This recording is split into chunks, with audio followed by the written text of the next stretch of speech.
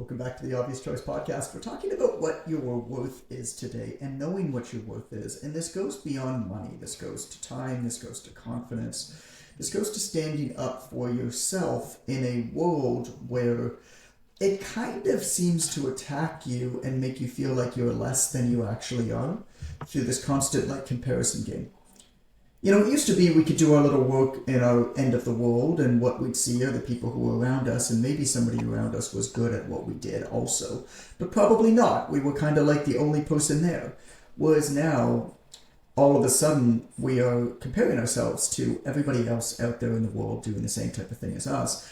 And the worst part about it is that we're not actually comparing ourselves to an individual, we're comparing ourselves to a representative conglomerate of individuals. We're not actually looking at one person and saying that one person is all that. Instead, what we're doing is we're looking at all of these people, kind of meshing them together in one and saying, why am I not like all of those people's best attributes combined? And it's a complete and utter mindfuck. And this is one of those topics that has to do with feelings. And so, of course, Amber's going to be doing most of the talking. But you know, we will be talking about money and charging what you're worth. I think it's a very important conversation. We'll be talking a lot about confidence and standing up for yourself, particularly in the work world. But also just like, what is your time worth? And I'll start with a quick story and then I'm going to kick it to Amber because I know she made some notes, even though I gave her about an hour and 15 minutes to prepare for this. I was at an event 4 weeks ago, and two of our good friends came. And so this is one of these like expensive business events. It's run by a friend of ours. We bought a ticket and helped produce this movie and contributed to it. And our friends are just like great mompreneurs, building themselves up, doing great work, hustling hard with young kids, like really working their asses off. And so I asked my buddy if he had extra seats, if we could get him tickets. Right? And so they came and we were hanging out. And at any of these events, all of the speakers had books, and so the speakers were giving away the books, right? You just like go to the tables and you pick up whatever book you want, basically, and you take it. And so I was sitting in the auditorium in between speakers, and I was flipping through one of the books that one of my friends had picked up, and within I didn't even notice it, but she mentioned to Allison afterwards, she's like, yeah, it was actually pretty crazy what John did. It took him about 30 seconds to realize that this book wasn't for him. Because I just flicked through this book. I don't even remember which one it was, but I flicked through this book. I looked at the table of contents. I read a minute of the intro, not even a minute of the intro. I read a couple words, and I was just like, all right, hope you enjoy it. I gave it back. It's just... And what Allison said to me afterwards, these are, this friend of hers specifically is a friend of hers that's from naturopathic school, so went through and became a naturopathic doctor. And she said, our whole lives, we were brought up to think that it doesn't matter whether you like the book or not. It doesn't matter whether you think the book is important or not. You study the damn thing and you read the damn thing cover to cover because there's going to be a test and because you have to know it. Mm-hmm. And then she said to me, I don't think you even recognize this bit about yourself, how much you protect your inputs. And that was what stuck with me. How much you protect your inputs. Mm-hmm. You can look at something and say, hey, there's a message here that seems to resonate with me, or this isn't what I need right now. And there's almost an infinite amount of things that we can learn at any given time. There's 10,000 new books published every single day.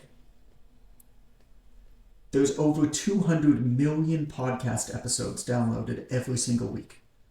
There was an infinite... by all important measures, there is an infinite amount of content that you could be consuming. So just because something is right there in front of your face or sitting on a table doesn't mean that it's the most important input for you. And I think it's very important to protect that. And I think knowing your worth, I think part of the conversation is protecting that. But a lot of us, like this friend in particular, who they're the ones who said it, not me, they said it to Allison afterwards, they're brought up to not protect this. They're brought up to basically do what they're told and read what they're told to read and study what they're told to study and show up where they're told to show up. And that is a very hard kind of pattern to interrupt and throw up the Uno reverse card and go the other direction. I like the Uno reference, John. Well done. Did you see? Anytime you can work Uno into a monologue, you've won at There we life, go. basically. There was a great meme that I saw a while back. I think I shared it in one of my Friday emails. Which, by the way, for anybody interested, is 5 Reps Friday. It is the most popular newsletter on the web for health and fitness professionals. I send it every single Friday. You've got you've got two fitness concepts, you've got two business nuggets, you've got one quote to ponder. People really love this thing.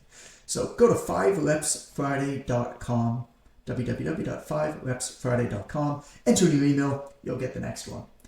But I put a meme on one of them because there's always like a PS with just like something like funny or interested. It's usually like a panda eating bamboo because pandas eating bamboo is really disturbingly entertaining. Like I don't care, I feel like I'm a pretty good father, but if there's a photo or a video of a panda eating bamboo, I'll readily admit that I ignore my children. And so usually it's pandas eating bamboo or something about tacos. But in this case, it was a photo of somebody holding up an Uno reverse card to a referee at a soccer match. So the Oh referee at the yeah, soccer match gave him a yellow card, and this dude just pulls out an Uno reverse reverse card. Just reverse it. Oh my god, throws it that up was the the match. funniest sports moment I've ever seen in my life. Who is there anyone on that continent that thought when getting a yellow card, some Yeah. kid was gonna pull out a reverse card in a match and Well, reverse it the was yellow so card you on know the what it ref? was. I was actually disappointed. It wasn't a real match. It was some like Oh weird shit! YouTuber like soccer match. Oh, So it was. I mean, I it was a still real like it. match. I guess it was a soccer game, but it was basically all these like YouTubers.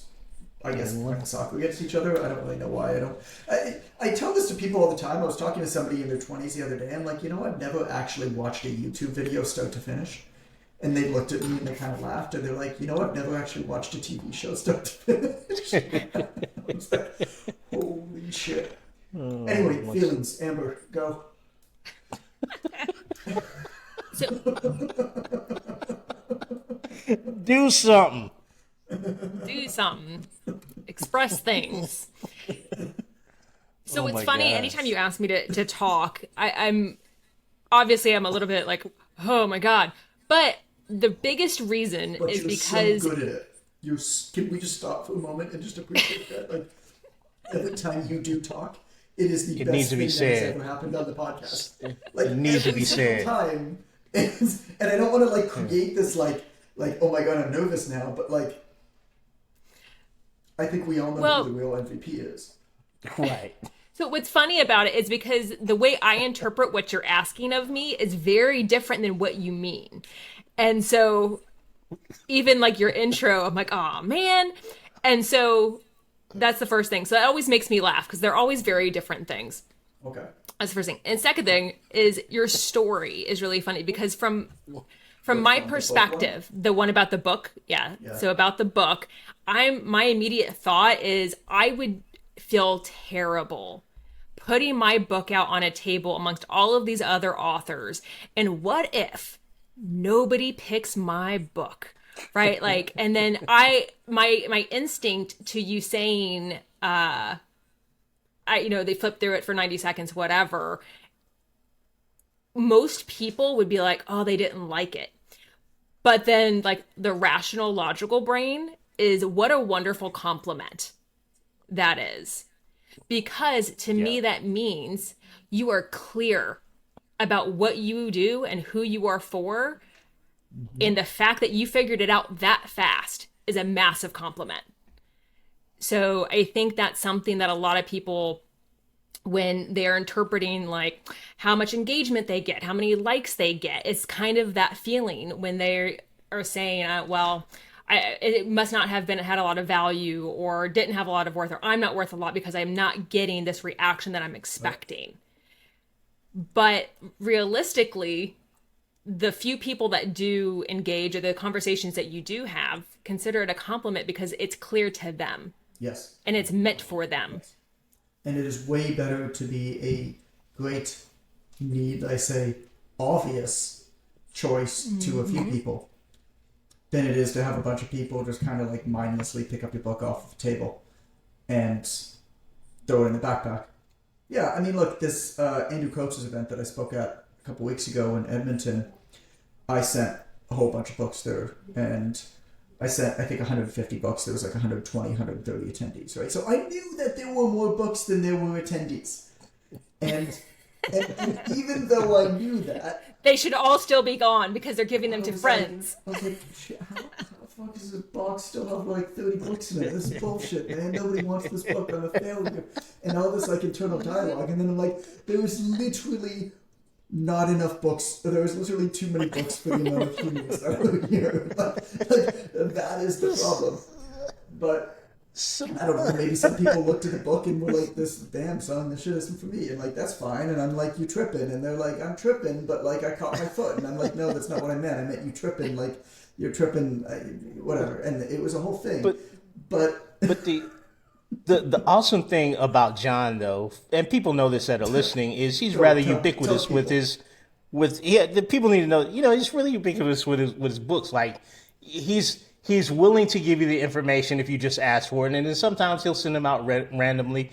So the conversation that I was having at the table was, there's the Wealthy Trainer's Guide. Yeah, I've got one of those. Actually, I've got two. I was like, no, I think I have 3 of these sets. And then as people were going around the table, yeah, I've got 2. And the next person was like, yeah, I think I may have 4 of these sets. And I don't know, like, so it wasn't specifically that they didn't need it. It's just John's so lovingly generous with his information that most of us, like everybody there knew John. Like almost every person that got on stage referenced John Goodman at some point in their delivery. Just been spreading my seed. Yeah, he's very saturated. That was not a good choice of words. I'm just like a fish in the ocean, just spreading my seed everywhere, hoping that it lands in the right place. The entire room had been philosophically fertilized by the seed of John Goodman before anything happened. So we were all arguing at the table over whose daddy really was, because somebody was like, "Yeah, John Goodman." I was like, "That ain't your real daddy." So a lot of that was happening. So that's why there were so many left, I think, John. The egg can only get fertilized once. Yeah. Only one cell can fertilize the egg, John. Yeah. Trying to figure out what language the kid speaks. Feelings, go on. More feelings. Oh my god. I'm not sure how to move on from the visual of that, but I will do my best. One? The fish swimming in the ocean. All of it, honestly. Who's your daddy? I don't know. I'm Amber's really the only useful one here, if you really think about it. Like I'm the only adult today. Yeah. Yeah, I've literally found out that I'm known for my laugh, and that's it. Yeah. You say dumb shit, but when you laughed, I knew it was you. Like that's how I'm known here on this production. Yeah, that's it. Nobody figured this out about my entire philosophy towards business is just find actually useful people and then take credit for it. Like, and you're honest about it. You've never lied about that in the 6 years I've worked for you. so blatantly upfront. So blatantly upfront. And we love it for some reason. We just keep showing up. Mm-hmm. It's not the Loonies, I can tell you that. Yep. All right, so we're talking about, like, we're going to move on here. Transition. I know. There's no graceful way out of that. So when trying to figure out, like, your worth, right, it's subjective. Value, worth is subjective. Mm-hmm. And the problem is you have a tainted view of worth for yourself, right? And so you're not a good judge, especially at the beginning. And over time, you get better at it. And even then, it's still not going to be great. So to figure it out, you have to read between the lines. So little story. So when I was 22, I bought my first house. I found a short sale of this really great house. It was like 2,700 square feet, 3 bed, 2 bath. It was fantastic. Cookie cutter house, whatever. Now I think I'm 35 if I do the math right. I don't know. I've reached the age where I don't even know anymore. I have to count. I broke out the calculator to figure it out the other day because I was not 100% sure. But, huh? Your birthday? You figured out the calculator to figure out your birthday? To figure out how old I was. Really? Yeah. Okay. Right. I did. So a couple years ago, no, please don't do that. So a few years ago, I bought my like fourth or fifth house. I've bought and sold, several times kind of throughout the time. And by far, this is my favorite house. But has 3 bedrooms, has 2 bath, and it's less than 1,100 square feet, and is a fixer upper. The other house was move-in ready. Okay. But this is by far my favorite house. But when you look at the stats, which is what all of the coaches do, I offer X, Y, and Z. I have 3 bedroom, I have 2 bath, I have how many square feet. And my first house was $150,000. The house I'm at now, I bought for like 140. I know, sorry, Toronto. But we don't have healthcare, so and be like, I'd like to sell this cardboard box, and they'd be like, oh, great.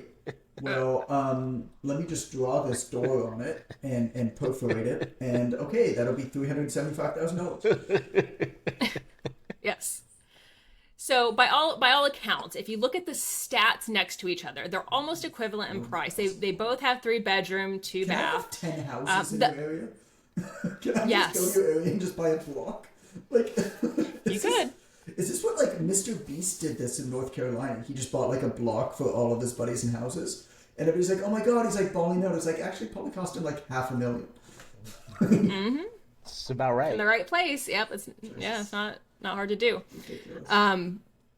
But by all accounts, for an extra $10,000, I got, a significant more amount of space. I didn't have to do any work to it, whatever. So if you look at value and worth the way that people traditionally look at it, the first house was the better house. But for me, if you read between the lines of looking at the houses, this house by far has more value to me. Why? But you would never know that if you didn't know who you were selling to. Mm-hmm. This house is a street over from my parents. 621 steps I've measured. Mm-hmm. Right? The other house made me feel lonely. It was too big. I didn't know what to do with it. I would try to fill it up with space. And so it created more problems. But for the right people, that's the better buy. So when you're trying to figure out what you're worth and the value that you're delivering, unless you know who you're talking to, there's no way to determine that. You are not your buyer. So the worth to you is very different than to your end person. So you can't judge what you're worth unless you start talking to the people and then reading in between the lines of what they're telling you. Mm-hmm. That's how you figure it out. One of the best copywriting tools is actually to include on any advertising who you're not for and who should not buy this. Mm-hmm. And that's just kind of like, no. Like who is this not for? Because in saying who it's not for, people who it is for immediately know it's for them. If you say, who is this for? It's kind of like, well, of course you're telling me it's for me. Like you're trying to sell me something. But if you say who it's not for, then what you're doing is you're really calling out the people who it's for in a very strong position. Do you remember, Amber, the interview with Rory Sutherland as part of the summit? He's the... And keep talking, probably. He's the vice chairman at... I know him. Okay, yeah, he's the vice chairman at Overbeing. One of the things that we spoke about a lot, that I've learned a lot from his stuff, and that I do a lot of is, when you actually go in to make a purchase or you're making a decision, you actually in-vote it, and you don't think about all of the things that everybody else thinks about when you're making that purchase, in terms of your house. It's like, okay, curbside appeal, number of bedrooms, whatever, right? Because when you do that, what you're actually doing is you're buying based off of the same elements as everybody else, which means you're always going to overpay. The way to underpay or the way to get a good deal, the way to get something specifically for you is actually to identify, to invert it, what are the things that everybody else either doesn't care about or even better thinks are actually a bad thing that I either don't care about or I like. And so in his example, he says, having a house by the train tracks, people think is appalling. He goes, I actually kind of like trains. I like being on the train tracks. And, having a house beside a pub, well, if you're somebody who wants to be beside a pub because, you just want to reach over your fence and get a beer, like, that could be a positive. whatever it is. Everybody's got something. And so in your case, maybe it's like not as good of a neighborhood, but it's a walk to your parents. Or maybe the house isn't as big, but that's actually a positive for you because it's just you and Nate and your dogs. And it's actually better to have less space that you can really fill and makes it feel like this really amazing full home and this really beautiful space that you can build together. And I think it's important, to make better decisions for ourselves in order to understand that concept, but also in figuring out like how to position yourself. One of the best things you can do to position yourself is actually to talk about the things that makes you a bad choice for a lot of people. Because in doing that, the people who actually look for those things will know it's for them. Like if I'm looking at a review, if I'm looking at staying in a hotel, if I'm looking at staying in a place overseas, and there's a review that pops up that's just like, this place sucks. 2 stars. They told me at 10 p.m. I couldn't party with my friends because it's a family place. I hate this spot. I'm like, done.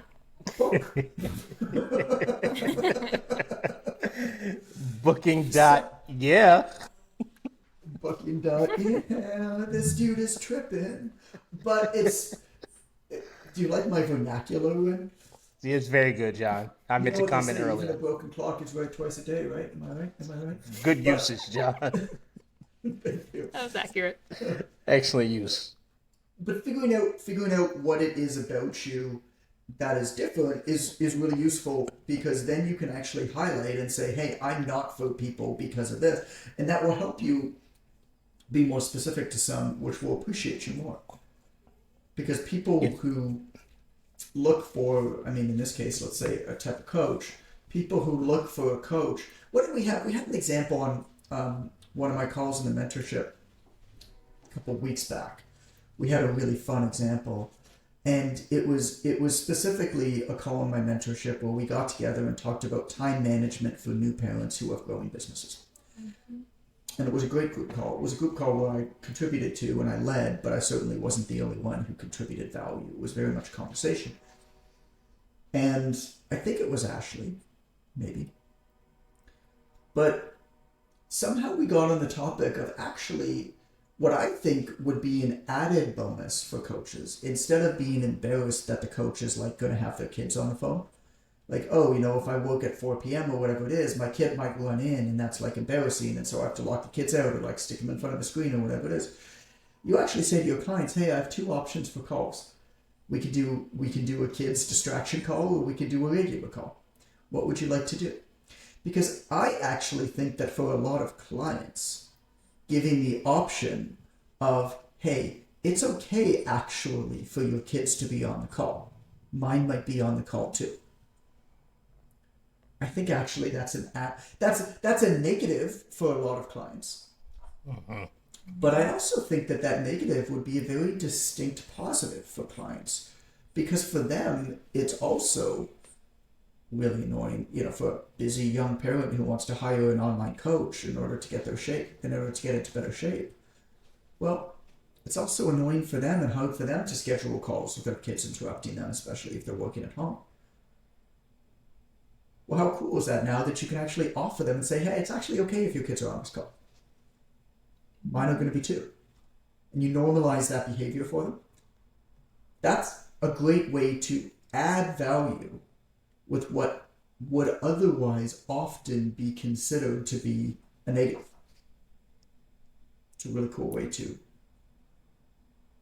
increase your worth in a place where you might be thinking, I know a lot of people think as a coach, like, oh, I have young kids. So this came up in the call, right? Like, I have young kids. I can't be the same type of coach to my client as somebody who has all the time in the world. These are words that go through our heads. Whether they're true or not is a different story. But, somebody else has all the time in the world to take care of this person and I don't, because I have a family and I need to shut off and put my phone on focus mode at 5 p.m. so that I can be there for my family. It's like, well, that actually, sure, that's a negative for some clients, but that's a really distinct positive that has a lot of value for a lot of clients, as long as you normalize it and don't pretend that you're something that you're not. Mm-hmm. I think our coaches are so deathly afraid of not being for somebody that it handicaps them. right? With all they've got, they want to avoid any possibility that there's somebody that they're not for, and it's such a restriction on their ability to really connect with the next person. Uh, you know, I like the inversion here too. Like, think about who you're not for, and just beat that horse to death instead. Because not being for somebody is the quickest way to be absolutely sure that you are for somebody else. Like, if you're not for a group of people, there's no question about whether or not you've put yourself in position to be considered the expert for a population. Just be not for some people for some time. It's freeing, you know. Run free. You got an example, Len? I'd love to hear it of maybe it's you, maybe it's somebody who you've worked with that really demonstrates this. Don't use their name. Call them. No, it's me. Call me Jimmy Jim. Are you talking about a coach who is unwilling to not be for some people? I'm just gonna pretend that your name is Jimmy Jim for the rest of the episode. Okay, thank you for that, John. It's a lovely name.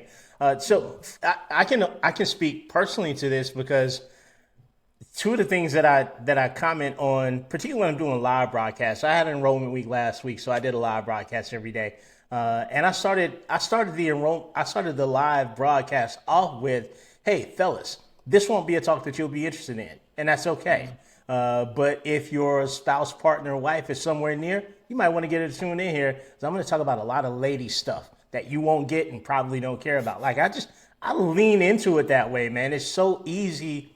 It's so easy to do that, and it grabs the attention of the person that it's for really quickly. Also, as I'm delivering information, I will oftentimes say, "Hey, look, if you're doing all of the opposite of what I'm saying and you're getting great success, then this conversation isn't for you. I am not in the convincing business. I'm here to share the information for the people that are struggling. So if you find that if I say two things concurrently that are the opposite of what you're doing and you're getting great results, go ahead and log off. This isn't the conversation for you," because we play too much in the middle, ride the fence too much, probably generally as humans, and it's okay to be for something and not for something.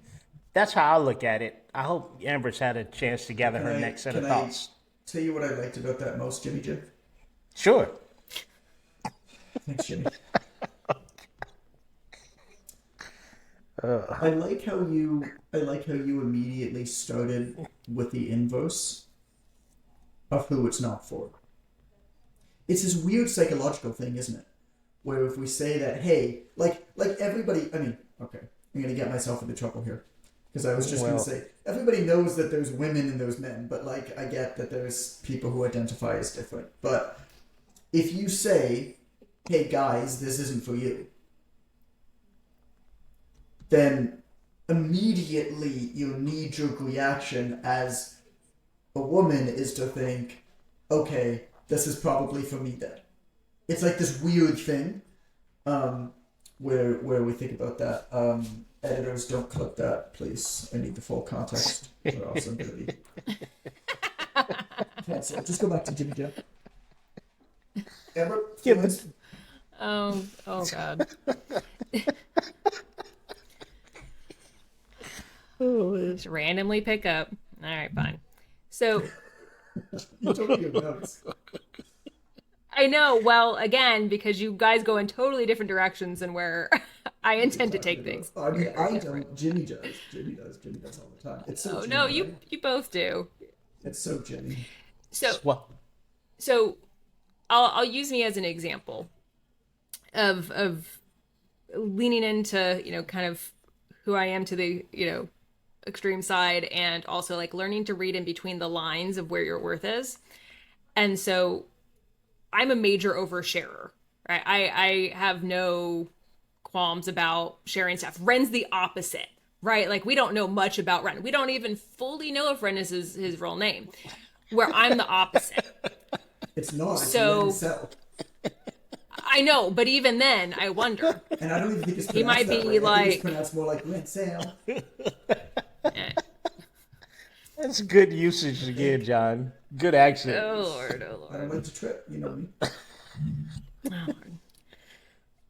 And so because I know like these things about myself, these quirks that I have, instead of trying to make them smaller, I lean into them. And it's funny because what it's done is it's brought me the people that appreciate that. Mm-hmm. And so when I get feedback from them, kind of, incidentally, it's not like I haven't asked for the feedback, but I'll get things like, thank you so much for answering as fast as you did.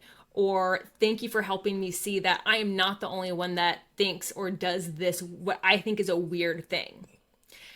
But it's because I overshare, right? And so that value that I've added isn't just by telling them something. I've provided value by creating a feeling in them. And if you can identify the feelings that you're creating in your clients, that's where the value is. It's not the coaching calls, it's not the programming, it's the end feeling that you're providing. And if you don't know what that feeling is, that's why you have trouble.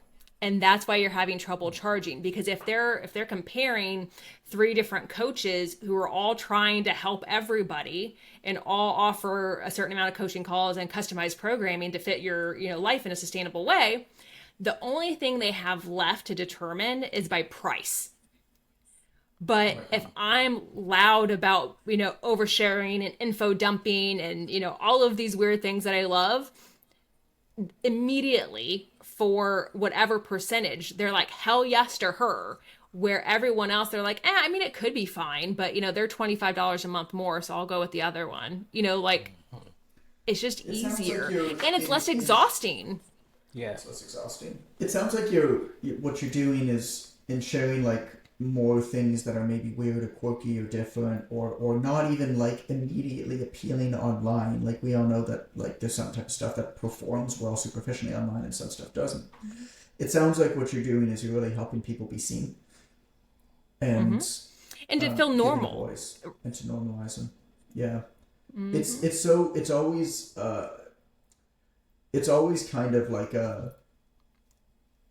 a check for me whenever I meet people in real life who have been following what I do on the internet, because whether every if I'm like out in public, every 2 or 3 times usually somebody will come and say hi or something like that, or if I'm at an event, obviously if I'm at a fitness event or something, people have been following me because we're just like at the event together, we're in the same industry. But what they make note of in every single case that I can remember, aside from just like, hey man, yeah, I love your content, I'm like, yeah, high five. Times when they actually make note of something that was like meaningful to them, it is never the content that like performs well.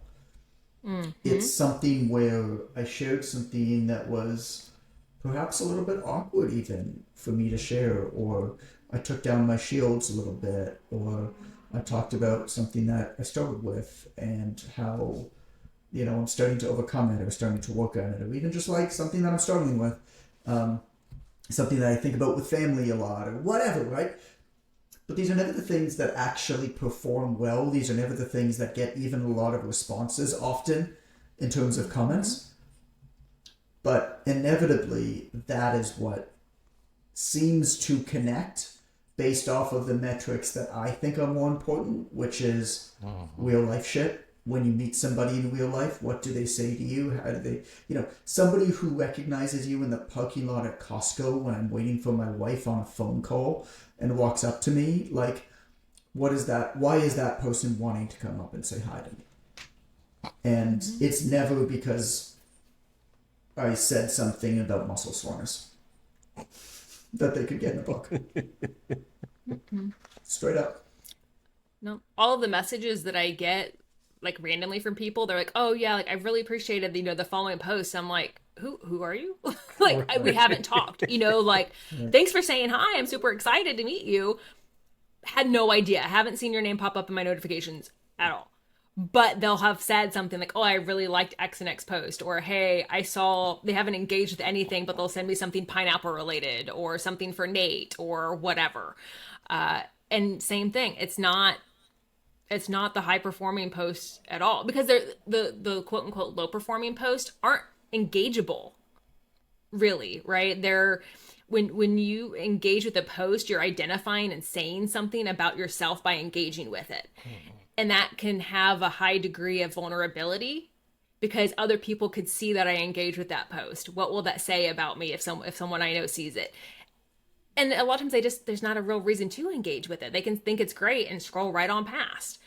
And so those posts that you put blood, sweat, and tears into are probably doing a lot better than you think, just in different metrics and not the ones that you can track. Yeah. I like that. Let's recommend another episode.